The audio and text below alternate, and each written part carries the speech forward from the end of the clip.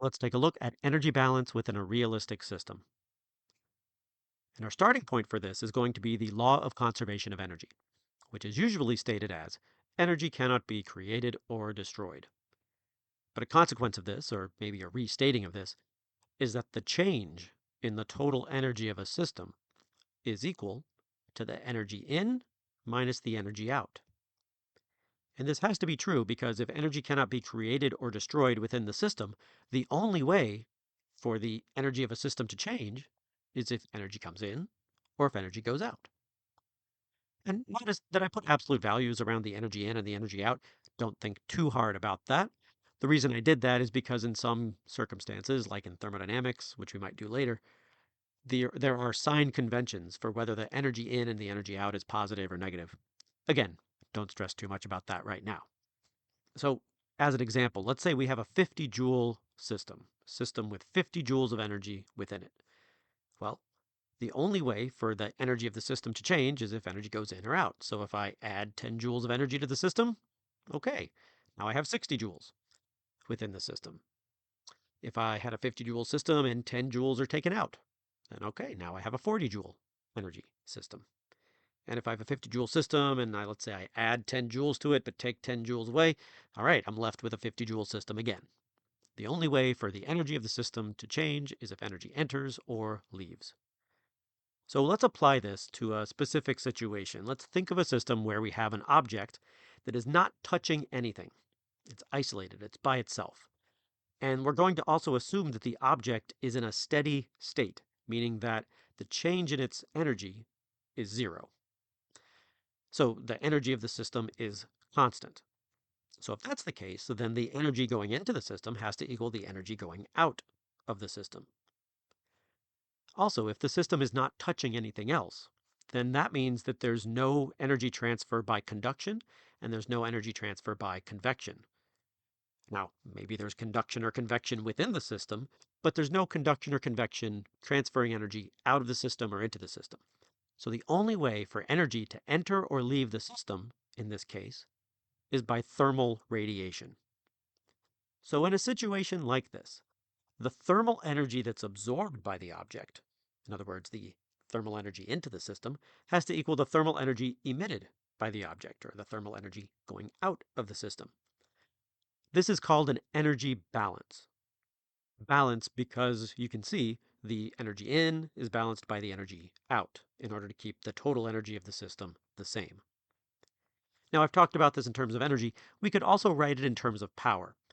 If we write it in terms of power, we just divide each side by time, and we get that the thermal power that's absorbed by the system is equal to the thermal power emitted by the system.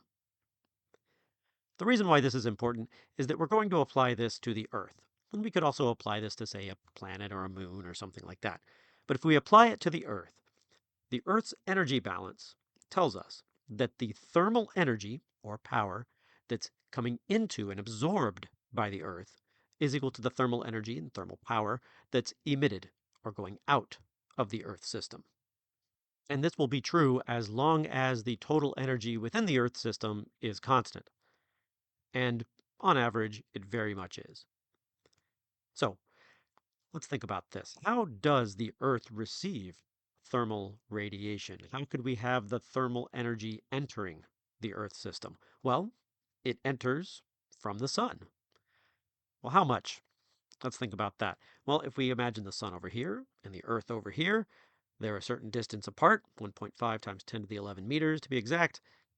And the luminosity of the sun, so the total power emitted by the sun, is 3.83 times 10 to the 26 watts. And notice I used a little sun symbol here. The circle with a dot means the sun. Well, to figure out the amount of power that's incident per square meter at the Earth, we would find the brightness. And the brightness at the Earth is equal to the luminosity of the sun divided by 4 pi d squared. It's 1360 watts per square meter. This value is called the solar constant. The solar constant tells us the power per square meter that's received at the average distance that the Earth is from the sun. So if we draw this picture, here's the Earth. There's 1,360 watts per square meter incident upon the Earth, but it's only incident upon one side of the Earth, right? Over here on this side, well, it's dark. There's no sunlight that's incident upon the Earth on that side. So, exactly how much solar thermal radiation is incident upon the Earth? Hmm, that's a little complicated because if we think about it, the Earth's surface is curved. If we think about a surface that is facing directly toward the sun, well, it'll absorb quite a bit of thermal radiation. But if we increase the angle or change the angle, well, like this surface right here would receive less thermal radiation from the sun. And if it was perpendicular, if the surface were perpendicular to these incoming solar rays, well, it won't receive any thermal radiation, or no thermal radiation would be incident upon that surface. So, how do we deal with this? Well, think about it this way. Here's the spherical Earth, but consider all of the power from electromagnetic waves from the sun hitting the Earth. The same amount of power would hit a flat circle that's directly facing the sun. All right. So, the solar power that's incident upon the entire Earth can be written as the solar constant times pi r squared, where r is the radius of the Earth. Now, it's also perhaps useful to average this over the entire surface of the Earth. So let's do that. Well, the average power from the sun that's incident on the entire Earth's surface would be the total power that's incident, which is the solar constant times pi r squared, divided by the entire area. And the entire area of the whole surface of the Earth is 4 pi r squared. That's the surface area of a sphere. So solar constant pi r squared divided by 4 pi r squared. The average power from the sun that's incident upon the Earth's surface is equal to the solar constant divided by 4. So that's the amount of power from the sun that's incident upon the Earth. But not all of that radiation, not all of that power is absorbed by the Earth. Some of it is scattered or reflected back. Now, when I say scattered, scattered means reflected in multiple directions by a rough surface. So often in the waves unit, we think about a reflective surface where the incident light and the reflected light are arranged in a very nice, neat way. And that's true for a perfectly smooth surface. But real surfaces are rough. And in a rough surface, the incident light turns out it's scattered. It's sent back in multiple directions. So we have this quantity called the albedo. And the albedo of a surface is the fraction of the incident power which is scattered. And the symbol for this is often Greek letter alpha. That's not always true. It's a little inconsistent. But we can write an equation for the albedo. The albedo is the total scattered power divided by the total incident power. It has no unit, it's a ratio. The real power of the albedo for us is going to be that, well, the albedo tells us the fraction that is scattered, but what happens if it's not scattered?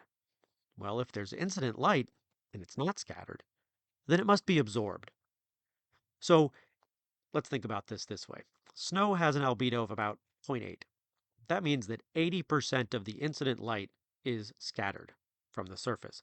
But that means that the rest of it is absorbed by the surface. So 20% of the incident light is absorbed by the snow. Now, asphalt or blacktop has an albedo of about 0.1.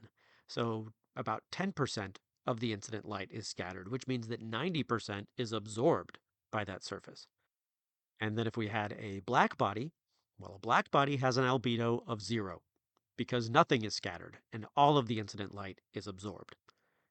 Now, it turns out that from observations, we can see that the Earth's surface has an average albedo of about 0.315, which means that 31.5% of the power that's incident upon the Earth's surface is scattered, and 68.5% of the incident light is absorbed. Now, that changes locally. That changes locally based on the surface type. You know, we might have a city which has a maybe lower albedo versus a forest which has a higher albedo, or the ocean which would have a different albedo, or the ice caps, or clouds, or whatever. But on average, it's about 0.315. Those are some ideas that are going to help us with the total absorbed power. But what about the power that's radiated or emitted by the Earth? Well, if the Earth were a perfect black body, then we could write down a simple equation. Then the power would equal sigma a t to the fourth. However, the Earth is not a perfect black body. The Earth is not that simple. real materials differ from black bodies, and we have to address that now. So we're going to include an approximation. We're going to include something called emissivity. And the way that it's included is that the power that's emitted by an object is equal to the emissivity times sigma a t to the fourth. So the emissivity, the way that we define it, is it's a ratio of the power that's actually emitted by a real object to what it would emit if it were a black body. The symbol that we often use is either a lowercase e or an epsilon, and it's a ratio similar to albedo, so it has no unit. Now, one way to think about this is I'm going to draw a black body curve right there. So a real object will not emit light like a black body. A real object might emit light sort of like this. So a real object will emit slightly less light than a perfect black body would. And if we were to add up all of the light from a black body that's emitted by a black body and add up all of the light that's emitted by a real object, the emissivity is equal to the power that's emitted by the real object divided by sigma a t to the fourth. Or if we divide the top and the bottom by the total area of the object, we get the power emitted per unit area divided by sigma t to the fourth. And it turns out this is the equation that actually shows up in your data booklet. Now, for the Earth's surface, the emissivity is about 0.95. So it's not too far from a black body. For snow, the emissivity is about 0.94, for asphalt, about 0.96, and for clouds, the emissivity is about 0.55. So clouds, more than other surfaces we've seen here, deviate from black body emission. Now, next time we will put it all together, but for now, those are the elements that are going to go into the energy balance for the Earth system.